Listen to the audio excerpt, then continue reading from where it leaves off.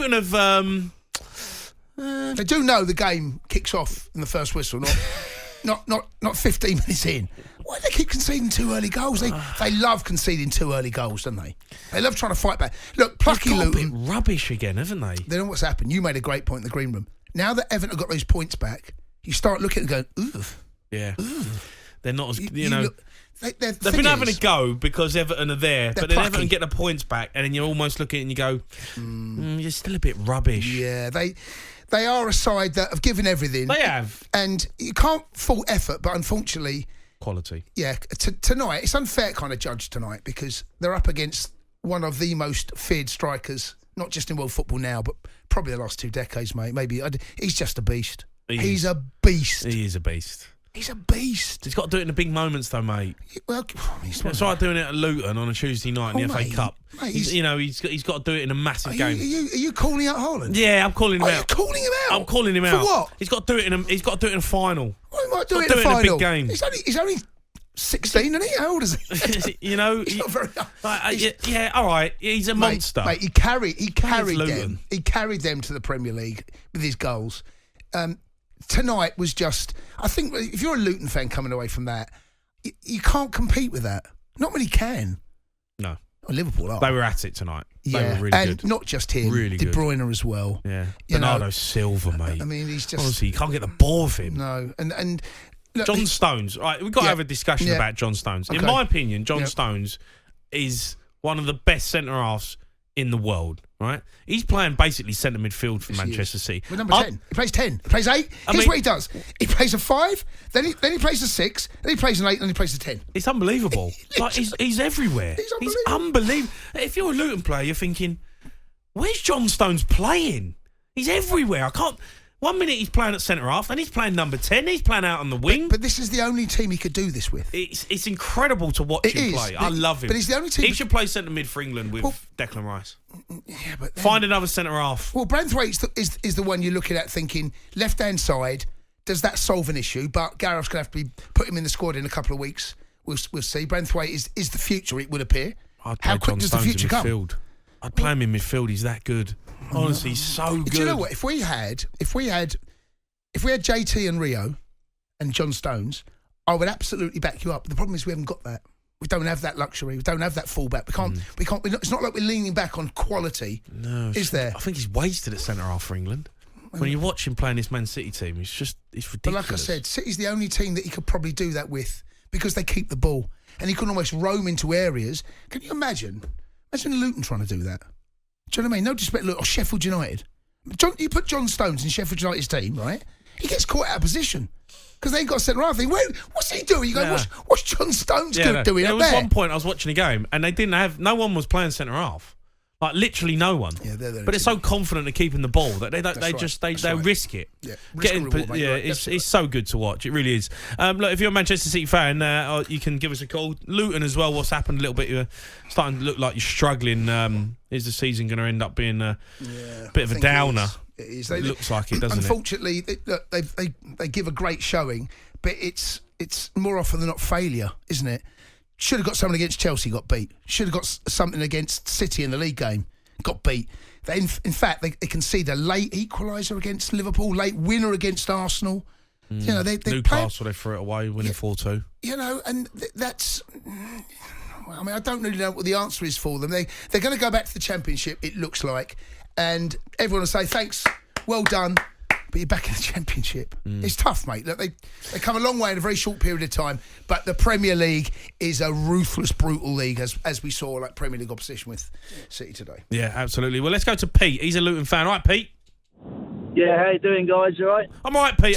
Pete. How you feeling after that? It's a tough one to take, really. It was a tough watch, but an enjoyable watch at the same time, if that makes sense. I mean, I've just watched... We enjoyed your team getting pumped. Well, no, I've just watched the best centre midfielder in the world supplying the best centre forward in the world, and it's just ridiculous. Ross Barkley's good, but he's not that good. Yeah, I tell you what, he was about the only player that looked like he could play on that stage tonight for us. But, I mean, the last time a player was applauded off that I can remember was R9 playing for Real Madrid at Man United, and tonight the Luton players applauded the lad off. I mean, he's an Haaland. Haaland. Yeah, he's an animal, isn't he? Did you clap? No, I didn't clap. No. You sure? Sounds like Sounds here like you're waxing lyrical about Haaland scoring 5 against your own team. Look, listen. Sometimes you just got to take your hat off and say, "Yeah, well played, son." I mean, he was magnificent. What can you do against a player like that? I mean, he ragdolled Mengi all night, and Mengi's been tremendous for us this season. Yeah. It was just rolling off him. I mean, there was nothing he could do. It's just. Would you? I don't know. I don't know how I feel about this. The clapping off an opposition player, Cundy. Would you ever do that? Are you sure the player's done it, Pete?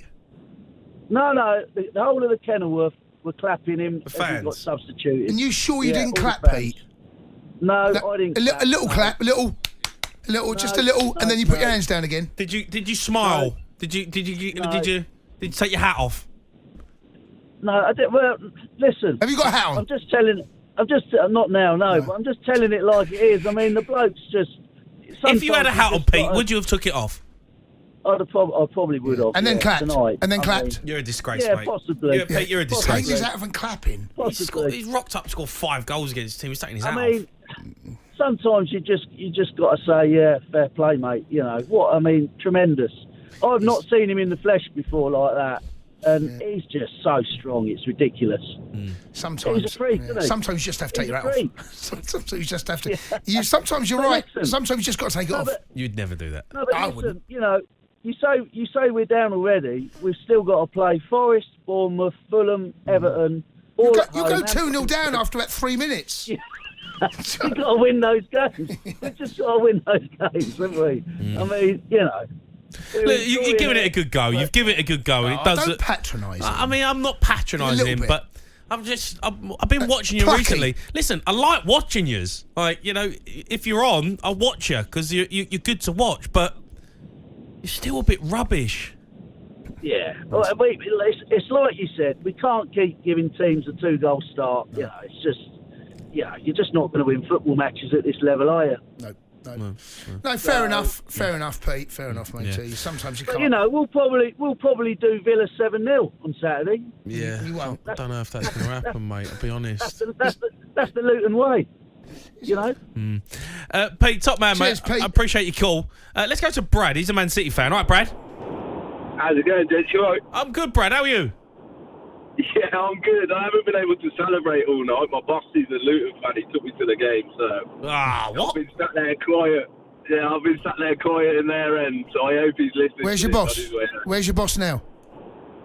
He's in the car. He's in his car on the way home. Is he listening? Is he listening? Yeah. Go on, laugh at him now. Go on, laugh at your boss. Thanks for taking us, Mike. Thanks for coming, Mike. You mug. Go on, mug him off. Go on, mug him off, Call Brad. him a mug. Go on. Go on.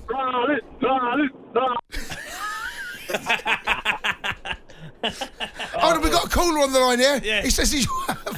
Just got someone here coming through. Mike. 3:45. Look, Brad, big night for Haaland. He's been getting frustrated recently, hasn't he, in front of goal? But tonight, he was just ridiculous. Yeah, he come back and he looked like he was going to start scoring again, and then it slowed up a little bit. But tonight, he was just out of this world. And De Bruyne as well. De Bruyne was crazy. Fair play to the Luton fans for clapping him because it was ridiculous. Yeah. Okay. Yeah. It's all well and good when it's all well and good when you're on that side. I mean, what about if Rasmus Haaland scores a hat trick and beats you 3-0? Are you going to clap him off? No chance. No. Of course you yeah, I don't know how I feel about it, to be honest. I'm a bit like, it's kind of like just cementing the fact that yous are just like their little old Luton.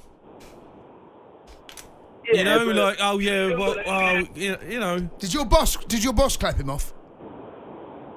No, he didn't, to be fair. You sure? I'm sure. I'm just trying to think back. I don't think he did. Did he take his hat off? Do you know what? I'm going to say he did just because we're on national radio. Poor old Mike. Mike's getting battered. Can we get Mike on? He must be listening to this, Mike. if you're listening and you have got talkSPORT on, come on, phone up, and Mikey. you know that this is one of your employees, give us a call and we can sort him out a new job if you have to. He's just messaged me. I can't say what he said.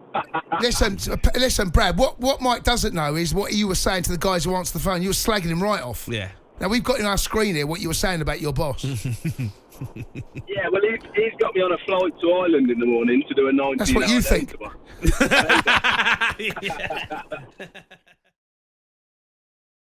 The Sports Bar with Jamie O'Hara and Jason Cundy. Monday to Thursday nights from 10 on AM, on DAB, via the talkSPORT app and on your smart speaker. talkSPORT.